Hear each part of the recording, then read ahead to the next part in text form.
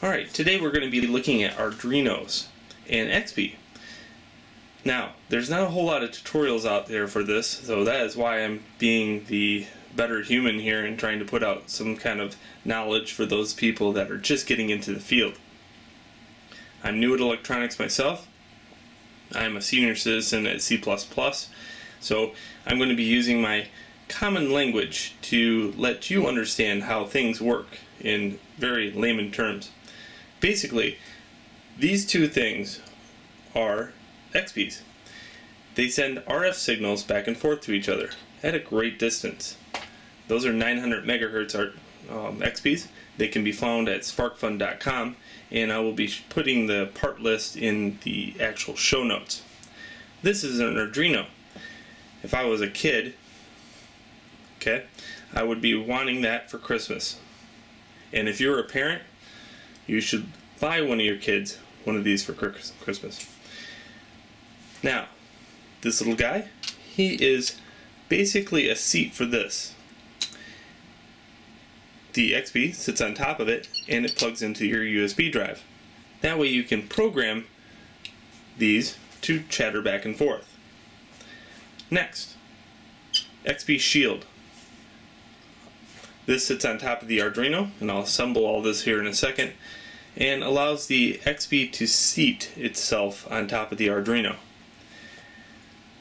The one thing that you should know about this is the fact that these little Xbees have very small pins, and the small pins, usually they're standard. They come standard to breadboard size, but these do not. They do not fit in breadboards at all. So that is why you have to buy an Xbee Explorer, because you can mount pins at the bottom by soldering them. These are pins, header pins. So a little soldering is required, and what happens is these now can sit on top of a breadboard. Do you need it mounted on a breadboard? No. In fact, you do not. But if you want to further your science, you will need it on a breadboard. Now, this little Xbee sits on top. Just like that. Alright, so that one basically goes on the computer, and I can use my computer to send a code to this hot mess. Well, let's assemble this. I could take this. Now, a side note, this shield did not come with these headers at sparkfun.com. You also have to get the headers, and you also have to solder them in. Again, very rudimentary soldering. Anybody can do it. Okay, we're going to put these two together just like that, and then the Xbee sits on top just like that. In this practical application, we're going to be lighting this LED at a great distance, and that sounds like a very small task, but in all practical application, what happens is you're initializing this LED to light from a great distance. That means this LED can be replaced with anything. A relay, a motor, anything. So when you're looking at electronics at a very elementary state, you got to understand it all comes down to, can you make this LED light or not light? Okay. Now, I'm going to be saying a couple things in the video, so I want to explain them now before we hop into the other video. This Explorer, I'm going to have to program both these Xbees. So in the video, you're not going to be seeing these. I'm just going to be saying you need to mount the Xbee on top of the Explorer. So that means you'll have to take this Xbee and put it on the Explorer. Pretty simple, right? Okay. We're going to have to program both of these to talk, and then we're going to look at the code to write on top of the Arduino so that the computer can understand the code and then light the LED. Also, when you're programming the Arduino, you can't have the Xbee in its little seat. It will not work. So a lot of times you're going to have to take the Xbee off, program it, and then put it back on. Will this wear down the pins? I haven't experienced that yet. And trust me, when I was looking into this and learning it for the very first time, I must have took this thing off about 1,000 times, it felt like. So, Alright, this is the equipment you'll need. Pay no attention to these chips or the regulator. You do not need those. And we will jump into now the software application. Alright, because I don't believe in show notes, I'm going to be using a shopping cart to kind of show you what products you're going to be needing. I'm going to be using sparkfun.com, but certainly you can use any site for these parts. It's just the fact that it's all located at SparkFun, and their website is super easy to navigate. So you had me at that. There's also Adafruit, which is a good place also. They don't carry the 900 megahertz, so that's kind of why they were my second choice. Now, let's start out with this.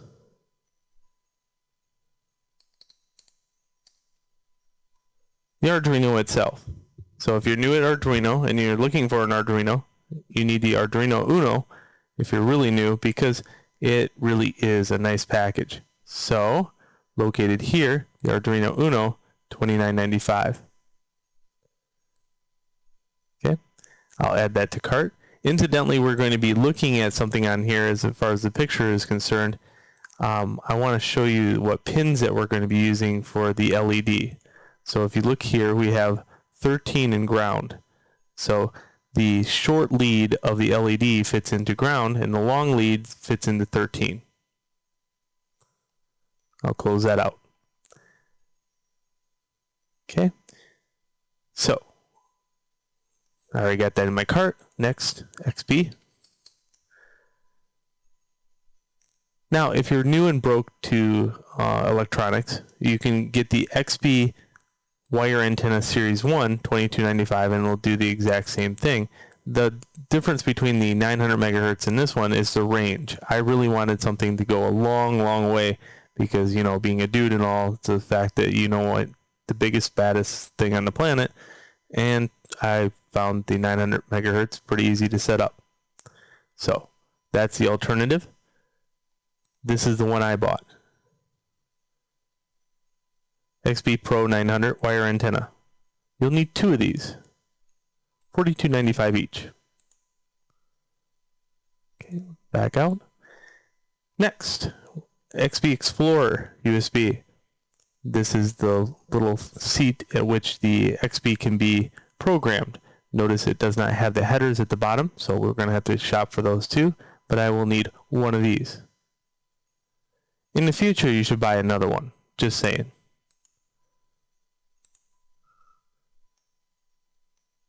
Okay, now we'll need the Arduino Shield, Xbee Shield. Here is that. Again, no headers at the bottom, but here's the shield itself. I need 1 of those. Alright, headers.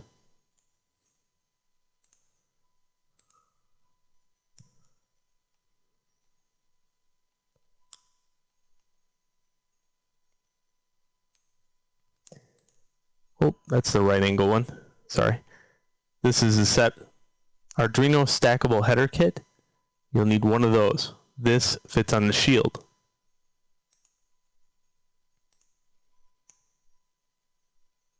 Okay, next, breakaway headers long. These fit on the bottom of the Arduino or the Xbee Explorer. Those need to be soldered in. These are valuable, by the way, so just saying that you might get a couple of these. Alright, if you don't have a breadboard, they have breadboards here. We'll throw 1 of those on just for entertainment. Again, I just like that because it actually makes it so the Xbee Explorer doesn't slip off the table every 2 seconds. I like this clear one myself. I have 1 of these. And if you're totally new to this, I guess I could show you an LED.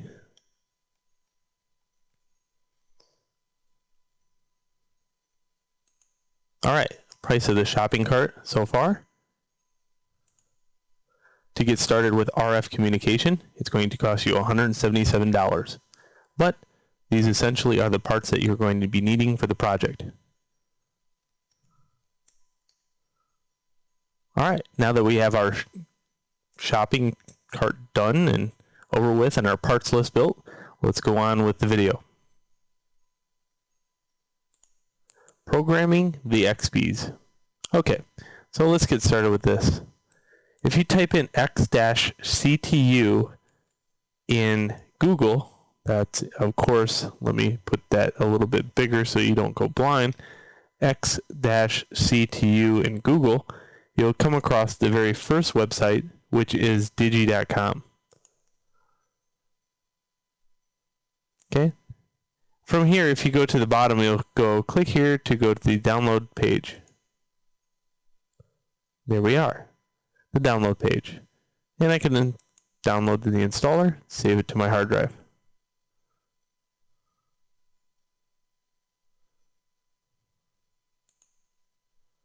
Now, I'm not going to walk you through installing the software. That's pretty easy.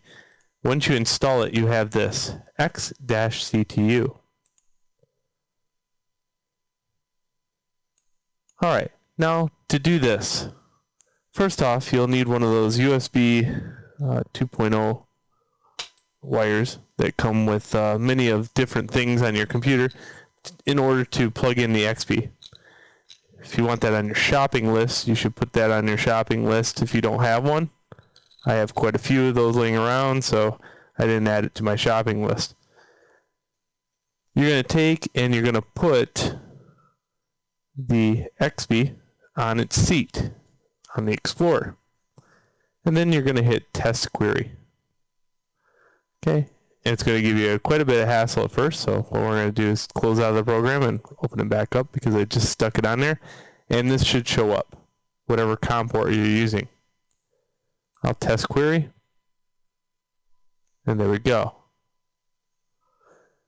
Alright, now that we have a good test, we're going to go over to modem configuration, and we're going to do an always update firmware and a read. Now by nature, this Xbee comes as the Xbee, it's a mesh network. We don't want that. We want the Xbee Pro. So a lot of times you'll see this happen. Digimesh. So the Digimesh we do not want. We want the Xbee Pro. So what you can do here is drop this down to Xbee P08DP, always update firmware, and download the newest version from the web.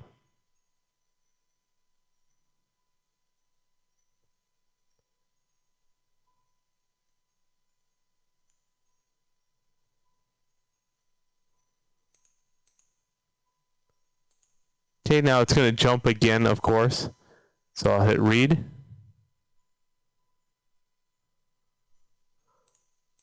Download or put this at Xbee Pro 900. We don't want the 232 adapter. And I want the latest variation, which is 1061. Also, this modem VID is how the two communicate. So, for instance, mine's going to be 1001. Of course, if I had another variation out there, they'd have to have two pairs of 1002s. So two Xbees having the same VID number can communicate. Without that VID number matching, you'll be days wondering why they don't communicate. Alright, now with that checked, I'm just going to hit write.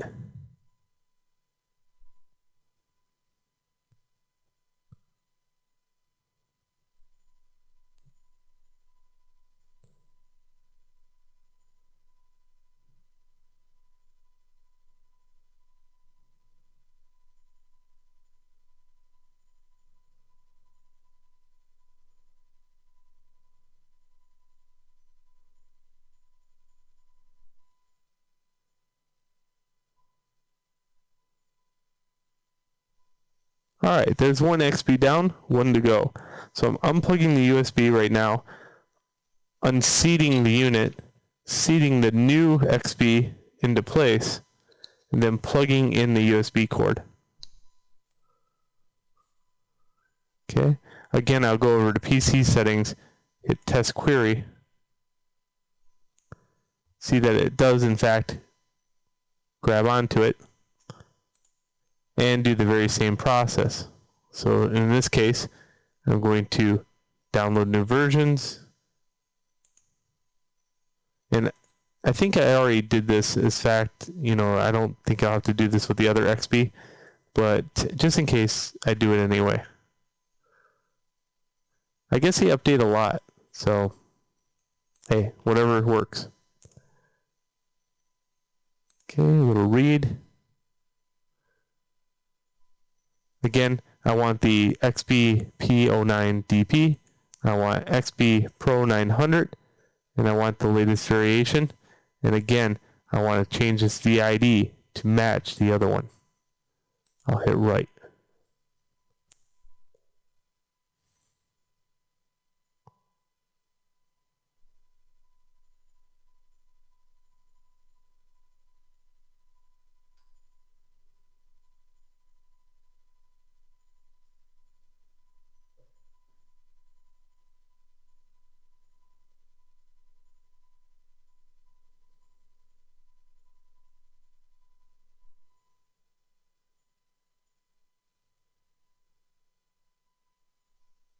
Alright, now that we're done with that, we're going to move on to the next stage, which is mounting one of them on the Arduino and the other one on the breadboard / Explorer. Alright, now that we have the two Xbees hooked up, it looks like this. So, how do we know that they are communicating with each other? Well, if you look right here, I have a few lights. Okay. When I'm over here in terminal on XCTU, basically what's happening is it's going to be using this and sending a signal over to that. Okay. So XB1 sends it to XB2. You'll notice that in here I have US serial port 5, which is the small Xbee, not hooked up to the Arduino. When I go to terminal, I can go in here and type anything I want. And you can see on the right hand side, a red light is now blinking as I type, located here. Okay? That is telling me that the communication tunnel between the two is correct. Alright, well, that's one thing to kind of show the combination of the two and how they communicate. But now we're going to be looking at how we can send code from here to light this LED.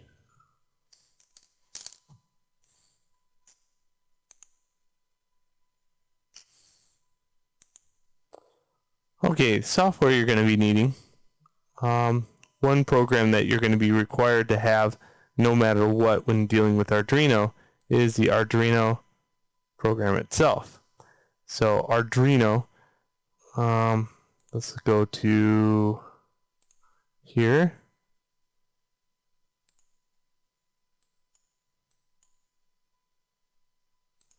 Google.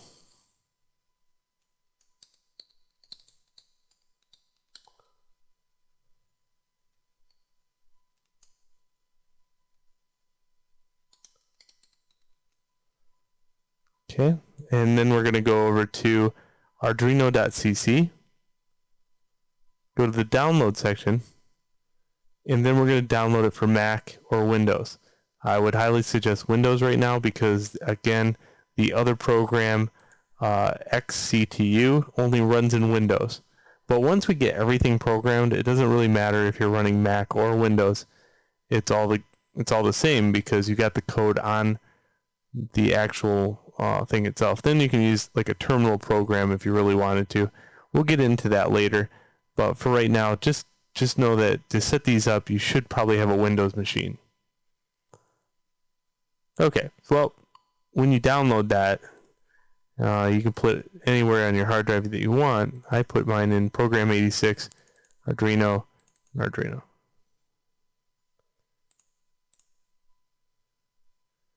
And I'm just going to open up something. Alright, so this is how it works. Let's make a new one.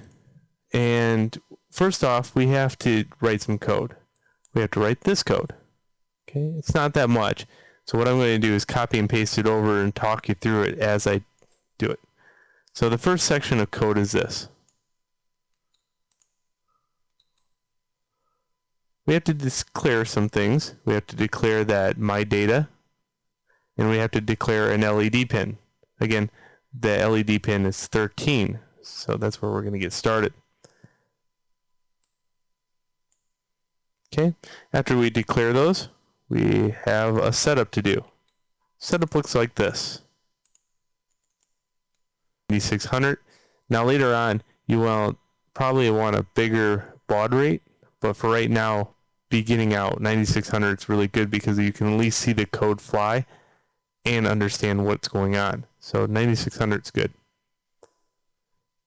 And here I also have to declare my LED pin 13 to be an output. Okay, next, the loops. Now loops is one of those things that you really should practice at. There's no doubt about it. If you can write a good loop, so I had to handwrite this loop in here. Okay, now let me talk you through this. So void loop, what I'm doing here is looking at the serial code. And if anytime the serial code is greater than nothing, it's going to go into its thing. In other words, if I go typing and then hit enter in the terminal, it's going to see that code, immediately click on and go into action. Then it's going to read my data. That's a serial read. And it'll take my data and look for a 1. I'm going to send it a 1. And anytime I send a 1, and it has to be an absolute 1, it's going to fire the LED pin high. And it's also going to type out my code. Okay. Now, if that doesn't work, or if it sees another number like 2, so now I have another one. If data is the absolute of 2, digital write LED pin low. So this will turn the pin to a negative and turn the light off. Again, it will write that bit of code. And if anything else happens to parse through, like let's say I type in ham cheese sandwich and then hit enter, it's just going to print ham cheese sandwich. Now, of course, with any good loop comes brackets. So if you look at here, brackets are where it's at. So make sure you have an even amount of brackets and make sure all your brackets are in line. So I have an opening and then I have an equal closing. And then I have an opening, closing, opening, closing, opening, closing. And this last one closes from here to here, there to there. Okay? Now I'll try to put this somewhere in the show notes. Of course, I don't believe in show notes, but after you get that all done, what you're going to do is take the Xbee off of your Arduino, and then you're going to write the code to it. So we'll do that right now. We're going to go sketch, verify file, and then after which we're going to be doing an upload to IO board.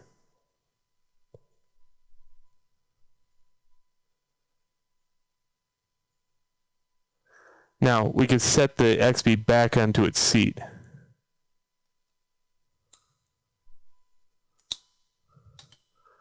Alright, so how do we know it works? Well, this is how it works. If I open the serial monitor up, and then I also get XTU open,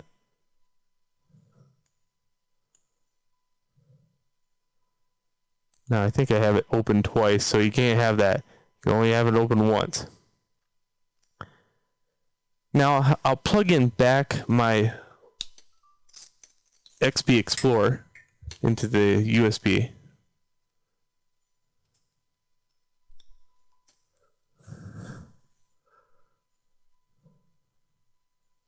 I might have to close this program out to see it.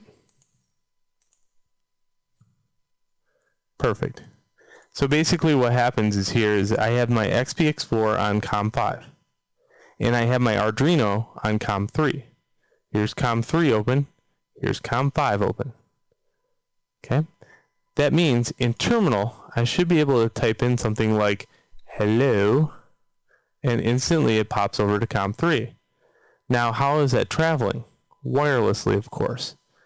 So, That means if I send it a 1 or a 2, it turns on and off the Xbee. Okay, so I'm just going to kind of record that with my other camera here. Okay, so here we are, and I'm just going to hit 1, 2, 1, 2, 1, 2. So that's wireless. Now, even though there is wires attached to the Xbee module in the Arduino, there will always have to be a wire attached to this one because the computer is actually sending the code. This one, we're going to unhook here in a little bit and set it into a very far spot in the universe, and then I will type in 1 here, and it will fire that, just to prove that it works on a greater scale. But for right now, we have successfully made the LED go on via a wireless signal. Alright, so let's go on with the rest of the video. Alright, now for the test. So what we're going to be doing is looking at changing out first the LED. That's what you're seeing me do here.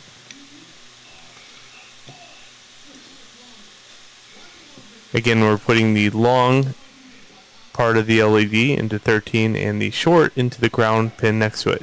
You can see the Arduino at this point is not connected to via any wires except for the battery pack.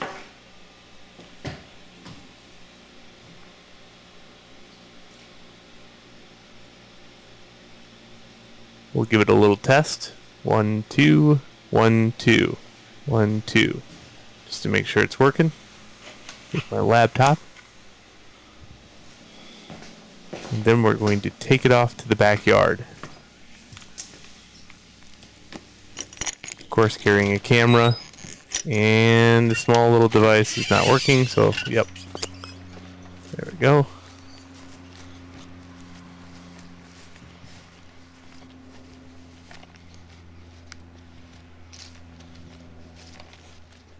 It's like Radio Shack nerd style FPS shooter.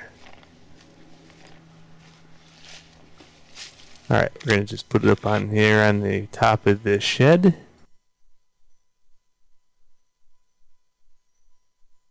And then walk back to the house.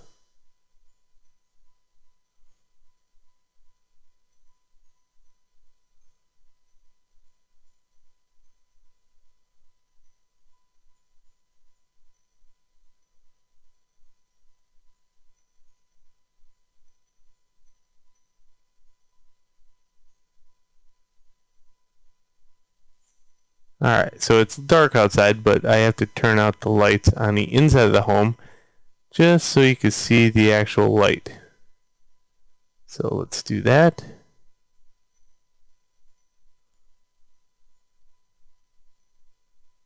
You look underneath the bird bath or bird house, you'll see a little white light turning on and off. I'll circle it for you. Right there. So, that is wireless communication over the span of probably a good 30 yards.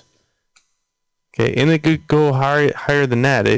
The specs on this thing said a mile, so with a good gain antenna.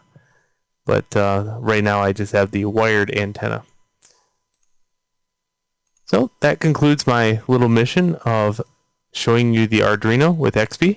I hope you enjoyed the little series, the 20 minutes of it. Hopefully you just skimmed through the parts that you actually needed. But other than that, I wanted to actually make a tutorial that included everything, not just some person talking very fast and not including all of it. So, enjoy.